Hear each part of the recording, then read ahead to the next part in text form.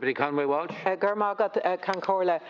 Minister, the ever-increasing cost of rents create for many students an insurmountable financial barrier, and that's becoming increasingly obvious. I know in my own constituency today there was a discussion on Midwest Radio where students are thinking about renting camper vans and doing up camper vans to allow them to go to the college of their choice, and that is just plain wrong.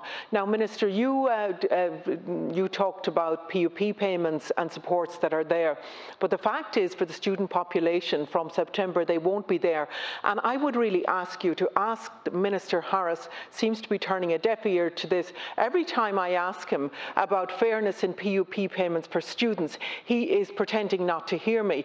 The fact is that so many students are excluded now from the SUSI grant just because they availed of the PUP payment, and that is having a knock-on effect on the accommodation as well and what they can afford.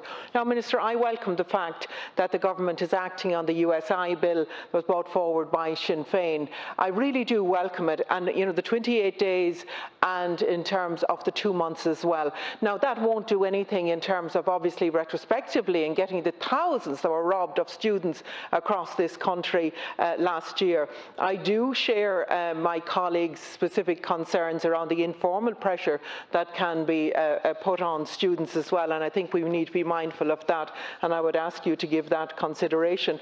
But Minister, it is your responsibility to provide affordable accommodation, and over a 10-year period where colleges were starved of funding, Fine Gael provided private student accommodation 87 million in public funds in the form of tax breaks, and yet we see students being forced out of colleges because they can't afford the rent. So millions in public money have been pumped into students, to landlords, and yet we don't have affordable accommodation. Something has to be done about it, and you know what the solutions are in terms of universities being able to access sustainable loans from the European Investment Bank, from the Irish Strategic Investment Fund, and from the Council of Europe Bank and others.